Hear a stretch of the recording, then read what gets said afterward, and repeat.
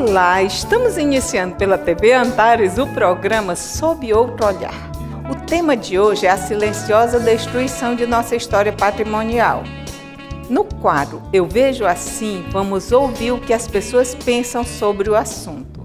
Será que elas se dão conta de que a cada dia silenciosamente um casarão antigo dá lugar a um estacionamento ou edifício? A Casa Viva Madalena da Félix Pacheco foi vítima de uma tentativa de demolição e ocupada culturalmente por jovens universitários. E a Revestrais fez uma matéria de vídeo com os jovens. O quadro Teatro Invisível mostra a casa. O olhar que quase ninguém vê retrata cenas do documentário Ex Memória, Teresina Sem Memória, de Leide Souza. A conversa vai fluir de forma diferente no quadro Olho no Olho. O quadro Meu Olhar Cultural vai apresentar o músico Josué Costa. Vamos iniciar o bate-papo com nossos convidados e convidadas. Alcília Afonso Ocaqui, arquiteta e professora de arquitetura dos programas de pós-graduação da UFP. Luan Roosevelt, estudante de arquitetura e urbanismo na UFP, membro do FRI-THE, Coletivo Urbano, e do Movimento Viva Madalena. Ayrton Gomes foi um dos fundadores da Fundação Cultural Monsenhor Chaves. Ajudou a estruturar e foi diretor de patrimônio da Fundac.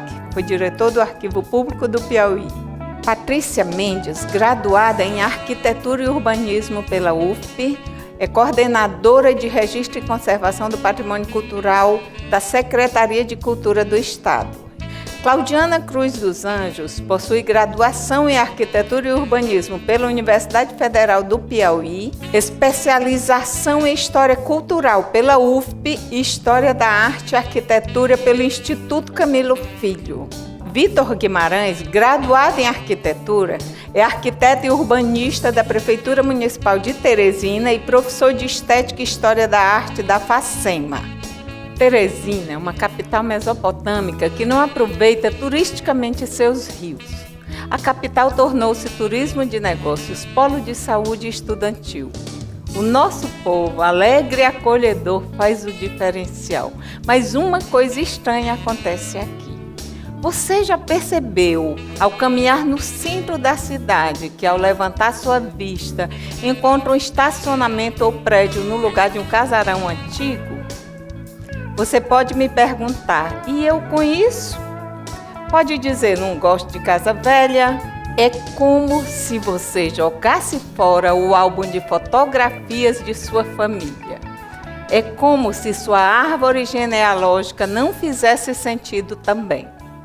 É sob este olhar que vamos conversar sobre o tema de hoje, a silenciosa destruição de nossa história patrimonial. Com base nessa realidade, nós lançamos a pergunta: é possível impedir essa destruição? Mas antes que vocês respondam, vamos acompanhar o quadro Eu Vejo Assim.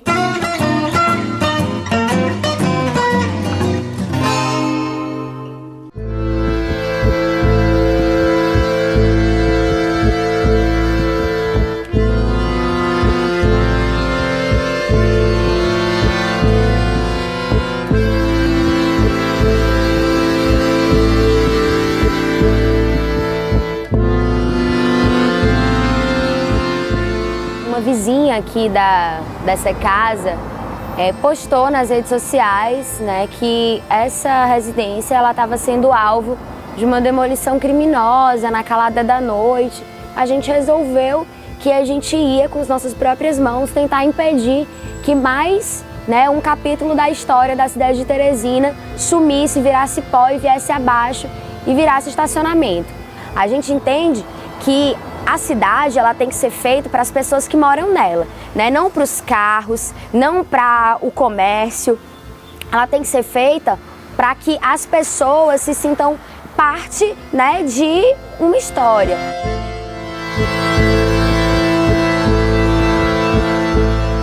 Foi bem duro, eles chegaram de uma forma muito rude, chegaram criminalizando o movimento, né, falando que isso aqui era um monte de estudante que estava só destruindo a casa. E aí, né, com ela, a gente começou a debater sobre o que a gente estava fazendo, apresentar qual era a ideia do movimento, o objetivo, até que agora ela se sensibilizou com o ato, né? com essa nossa ação. A gente fez dois saraus de poesia, né? Um sarau de poesia que se chamou Tensão, Tesão e Reconstrução, que veio depois da visita da polícia. A polícia veio aqui e a gente teve todo um momento de tensão por conta da polícia ambiental, então a gente criou o sarau. Aí no outro dia veio a dona da casa que trouxe a questão do preço da casa, a gente criou o sarau dos 5 milhões, por exemplo. O movimento é horizontal, o movimento não é filiado a nenhum partido político, não é filiado a nenhum coletivo. O movimento é o Viva Madalena.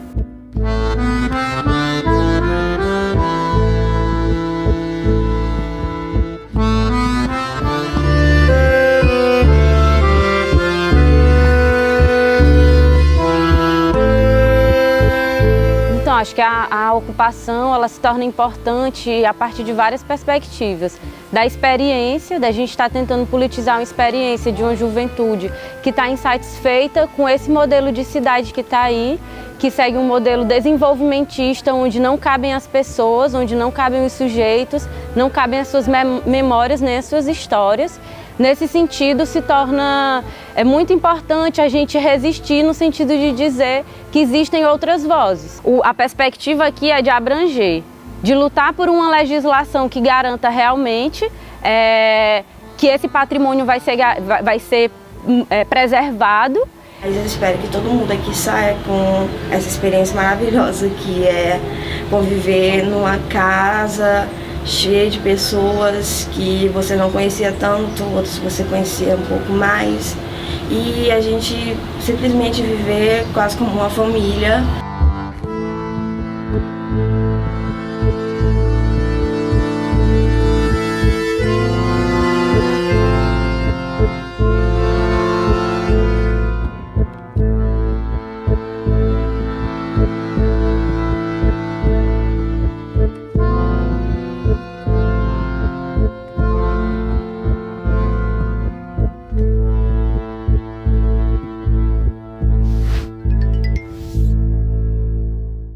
Aqui, à medida que o processo de modernização de uma cidade acontece, o povo sai do centro e vai para outras zonas da cidade.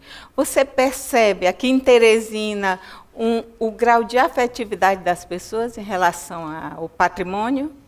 Eu acho que essa questão da memória urbana, da memória arquitetônica, passa muito pelo processo histórico, evolutivo histórico. A gente tem que considerar, numa resposta dessa, como a história de Teresina em si, uma cidade planejada. Uma cidade planejada é formada por pessoas que vieram de distintos lugares, de distintos estados, culturas diferentes. E tudo isso leva um tempo para o processo de aculturação, de se apropriar daquele lugar, daquele espaço, se identificar com ele e dizer, isso é meu.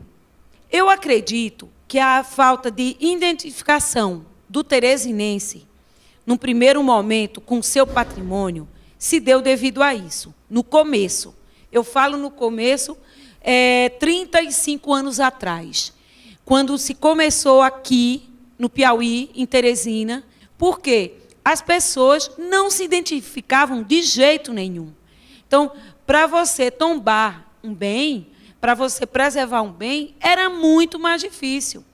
Hoje, 30 anos depois, essa geração que está aqui, ela já é mais pertencente, ela já é mais filha desse lugar, ela já não é filha de um imigrante como eu fui, aqui, vindo de Pernambuco, de Recife, trabalhar aqui.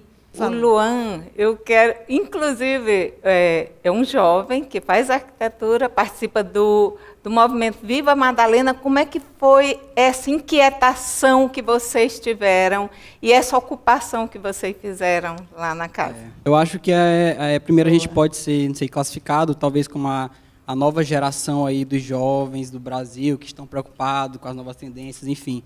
Mas eu vejo que o movimento ele nasceu mais assim como um ato de cidadania mesmo, né? Eu vejo muito isso. Eu acho que a gente foi, claro, muito classificado como, ou estudante, não classificado, foi muito dito como estudante de arquitetura, como os meninos ou como a garotada, mas eu acho que pelo menos eu e todo mundo que estava envolvido no movimento, a gente viu o movimento como uma ferramenta para realmente exigir a cidadania ou ter como um ato de cidadania pela cidade.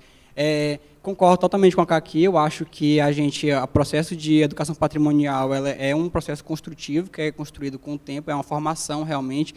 Mas eu penso que se eu tivesse sido habituado à educação que é dada aqui na cidade, por exemplo, eu estaria muito mais habituado a ter como natural o estacionamento, porque eu nasci em 91, na década de 90, eu frequentei o centro agora recentemente, já nesse boom de estacionamentos que a cidade presenciou, né? Mas eu não sei se talvez eu tenha tido um olhar diferenciado por ser aluno de arquitetura e por gostar disso, mas a inquietação ela veio realmente da tentativa de sair da inércia mesmo, né? Eu sempre acompanhei muitas redes sociais e todo mundo sempre reclamava muito do patrimônio, todo mundo já discutia muito, ou falava muito, ou teorizava muito, mas eu acho que faltava realmente, e isso foi uma unanimidade do grupo, do coletivo, faltava realmente uma atitude, ser proativo. Eu acho que realmente esse foi o sentido da gente sair da inquietação, sair da inércia mesmo.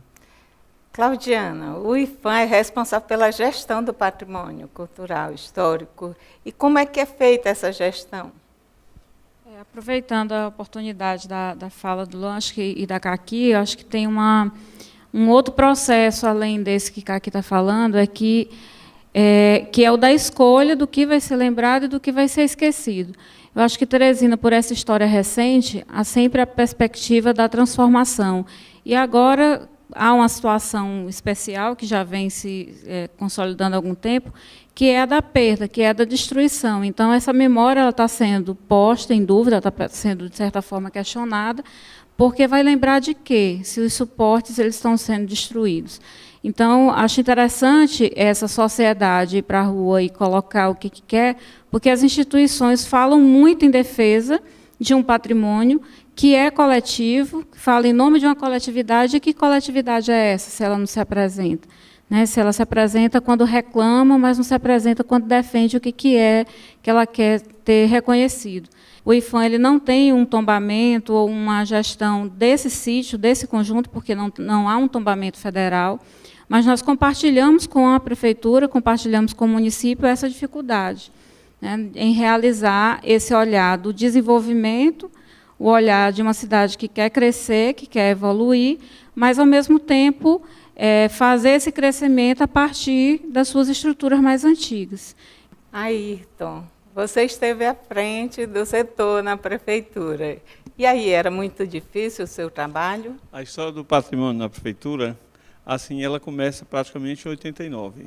A Fundação Monsenhor Chaves, que eu tive o prazer e a honra de ajudar na criação também, ela foi pensada no Conselho de Cultura em 85. O professor Noé Mendes, aí intelectuais foram consultados a necessidade da fundação.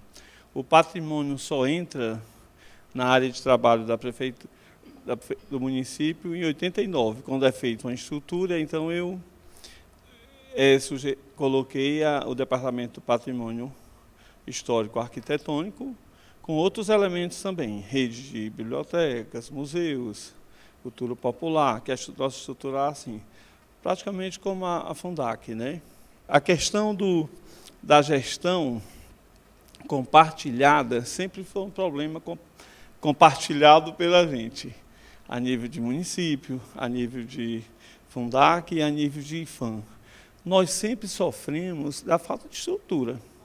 É um arquiteta e um quase fiscal, um músico desistido da banda que faz a vez de um fiscal. Quando eu assumi, eu procurei a Claudiane e disse assim, que tal um curso de fiscal de nível médio? Ela concordou. O curso ficou disponível, mas as pessoas nunca estiveram disponíveis para fazer o curso, porque era um músico desistido. Isso. Se a gente tivesse construído uma bateria de fiscais, a gente tinha acabado a banda. Vamos apresentar o Vitor. Você trabalha, né, na prefeitura e está também dando aula sobre patrimônio, é isso? Na verdade, eu dou aula de Estética e História da Arte na Faculdade de Ciências e Tecnologias do Maranhão e também trabalho na Prefeitura, na Secretaria de Desenvolvimento Urbano e Habitação.